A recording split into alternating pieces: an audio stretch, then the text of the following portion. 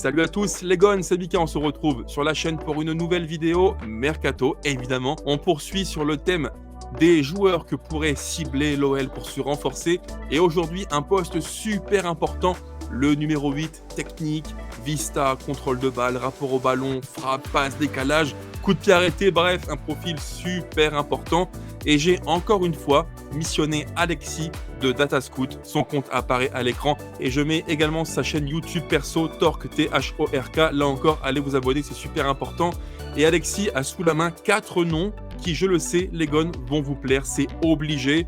Petit indice, petit spoil, parmi les 4, il y a un Argentin qui fait un peu parler de lui au sein de la structure Eagle. Bref, si la vidéo te plaît, pense à liker le contenu, pense à commenter, c'est super important, active la cloche et abonne-toi, merci beaucoup. Tu as une grande mission Alexis, je compte sur toi pour me trouver 4 noms qui vont venir combler ce manque à l'OL. Allez, c'est parti, première piste. Bah écoute, le premier nom, on en a pas mal entendu parler ces derniers mois, c'est bien évidemment Thiago Almada, voilà, qui serait une recrue top pour l'Olympique Lyonnais. Je pense qu'il va être courtisé par de grosses écuries parce que c'est vraiment un top joueur, voilà, créativement, c'est impressionnant. Je veux dire, il est capable, la qualité de passe, la qualité de dribble, bah c'est le numéro 10, voilà, qu'on recherche tous, qui en plus est très bon coureur, très bon tireur de coups de pied arrêtés, que ce soit coup franc direct ou même les corners et les coups de pied indirects. Et on sait que l'OL, de ce côté-là, quand même un manque de très bons tireurs de coups de pied arrêtés, donc ce sera un ajout très sympa de ce côté-là. Le problème, ça va être le prix. Voilà, ça risque quand même d'être très cher. Et pareil, s'il y a des clubs de première ligue qui viennent faire monter les enchères, ça peut monter très très haut, je pense. C'est peut-être trop pour un club comme l'Olympique Lyonnais qui pourra peut-être pas se permettre de mettre 30-35 millions sur un nouveau joueur là.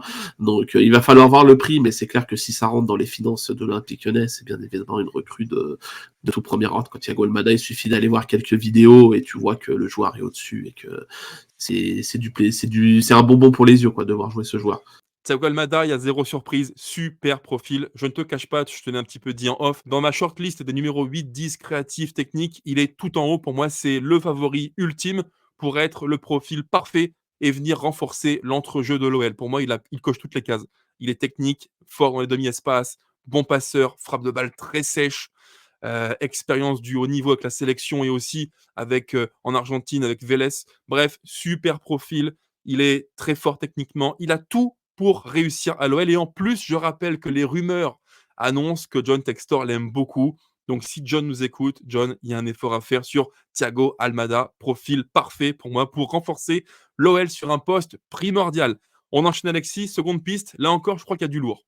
La deuxième piste que j'ai notée, c'est Martin Baturina, le milieu offensif du Dynamo en Croatie. Alors je suis pas expert du football croate parce qu'on a quelqu'un dans l'équipe Datascout, Mathis, je lui passe le salut s'il nous regarde, qui est absolument fan de la Croatie, voilà, donc qui suit énormément le championnat, l'équipe nationale, qui adore ce pays-là, donc il le suit de plus près que moi et du coup je m'y consacre pas forcément à fond parce que j'ai quelqu'un qui le fait déjà à 200% dans l'équipe, mais je sais que c'est le genre de profil qui va être recherché. Je suis d'ailleurs étonné qu'il n'y ait pas plus de rumeurs sur son profil que ça, ce mercato-là, parce que pour moi, c'est le numéro 10 aussi parfait.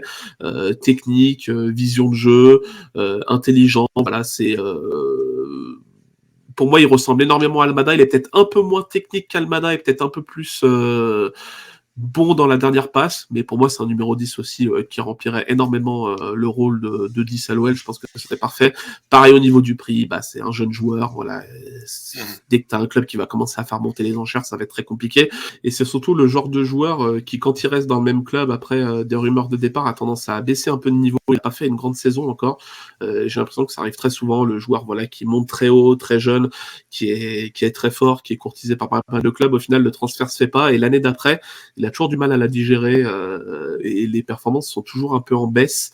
Donc voilà, cette saison, je le trouve peut-être un peu moins impactant, mais par contre, bah, c'est le joueur intéressant, voilà, qui coche toutes les cases d'un numéro 10 que peut chercher un club comme l'Olympique Lyonnais, quoi. Baturina, là encore, super profil. Alors, moins connu, je pense, que Thiago Almada par le grand public, mais néanmoins top profil. C'est un joueur qui est complet, qui colle beaucoup. Il colle vraiment à l'air du temps. Il est mobile, il est costaud sur les appuis. Belle frappe de balle, pied droit, pied gauche, vista du numéro 10, plutôt véloce. Bref, il a tout, quoi. Il a tout pour être demain un top 10 en Europe. Mais je crois savoir que tu as sous le coup d'un troisième joueur qui va plaire, à mon avis. Vas-y, on t'écoute. La troisième piste, c'est un joueur que j'aime beaucoup. Alors, niveau prononciation, je suis désolé, c'est Georgi Sudakov. Le Oui. milieu ukrainien du Shakhtar Donetsk. Il est capable de jouer sur l'aile gauche, mais c'est vraiment un milieu offensif pur. Moi, je le préfère dans l'axe.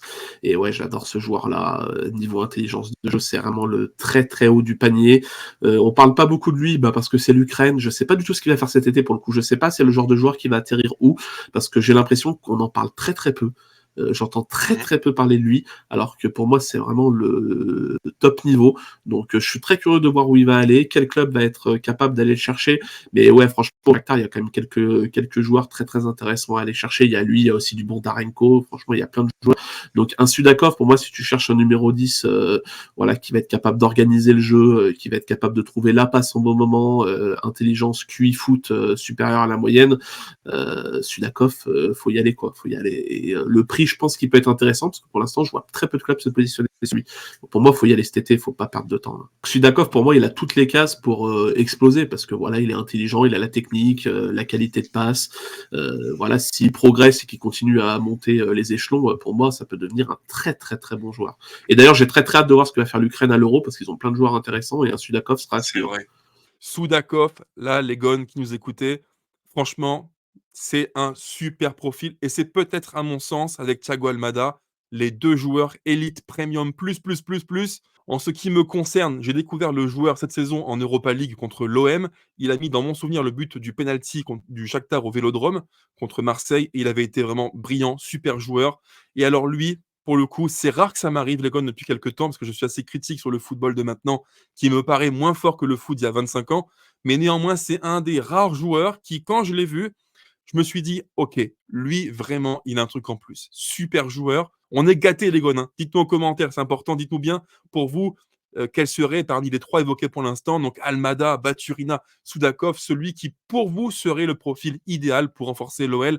Moi, j'avoue que j'ai du mal à me décider. Les trois me plaisent beaucoup. Si on en fait un sur les trois, je serais vraiment content. C'est du top boulot, Alexis. Et pour finir, Alexis, tu as une quatrième piste, je le sais, et bien souvent, tu aimes bien nous suggérer une piste plus facile d'accès et parfois même Ligue 1 compatible. Je crois savoir qui tu vas me suggérer. On t'écoute, vas-y. Alors en quatrième, c'est un rêve parce que c'est l'un des joueurs que j'apprécie le plus. Alors ce serait plus dans un rôle de numéro 8 que dans un rôle de numéro 10, mais c'est Branko van den Boomen. Voilà, parce que je suis amoureux de ce joueur. Je le trouve exceptionnel. Exactement. Il est retourné à l'Ajax. Voilà, il a été formé à l'Ajax. Il est retourné à l'Ajax cet été. Il n'a pas énormément de temps de jeu.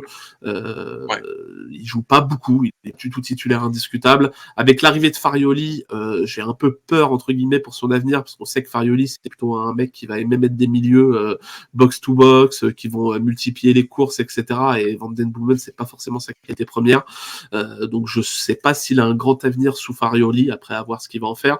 Mais pour moi c'est un joueur qu'il faut aller chercher. Je sais pas combien ça peut coûter. Je sais pas du tout s'il serait prêt à repartir de l'Ajax, son club formateur. Mais pour moi ça coche toutes les cases. Niveau tireur de coup de pied arrêté, c'est compliqué de trouver mieux. Évidemment. Et on sait que l'OL en a besoin. Alors, c'est pas le joueur le plus physique du monde. Oui, il va pas redoubler les courses. C'est pour ça que je le mets dans un poste de numéro 8. Mais que pour moi, il faut qu'il y ait deux milieux à côté qui sachent se replier, faire les courses défensives et encaisser physiquement ça. Mais par contre, niveau qualité de passe, dans le dernier tiers, voilà, on l'a vu en Ligue 2 avec Toulouse, on l'a vu en Ligue 1. C'est dans l'intelligence de jeu, dans la qualité de passe, c'est trop fort, quoi. C'est trop fort. Je veux dire, à partir de rien, il peut te créer une occasion, quoi. Donc, moi, j'adore ce joueur. Eh ben écoute, on finit en beauté avec un profil un tout petit peu différent des trois précédents, mais Van den Boomen, super joueur, on l'a vu à Toulouse. C'est un joueur intelligent, super intelligent. C'est un constructeur de jeu, un joueur qui pense le jeu, qui a un pied droit top, très très fin et surtout, là tu coches dans le mille, un super tireur de coups de pied arrêtés. Il connaît bien la Ligue 1, on l'a joué à plusieurs reprises, c'est un bon profil, un peu différent c'est sûr, moins porté vers l'avant que ne l'est Almada par exemple, mais pour le coup, super profil, joueur intéressant. Franchement, bon boulot. Les gones, dites-nous en commentaire surtout quelle note vous attribueriez aux différentes pistes qu'a évoqué Alexis. Pour moi, sincèrement, je pense qu'on peut difficilement faire mieux. Entre Almada, Sudakov, Baturina et Van den Boomen dans un rôle différent, on est vraiment gâtés, il y a du lourd. Bref, sur ce, ciao les gones. Merci beaucoup Alexis. Abonnez-vous à Datascout. Je compte sur vous. On se dit à bientôt et surtout n'oubliez pas, allez l'OL. Ciao.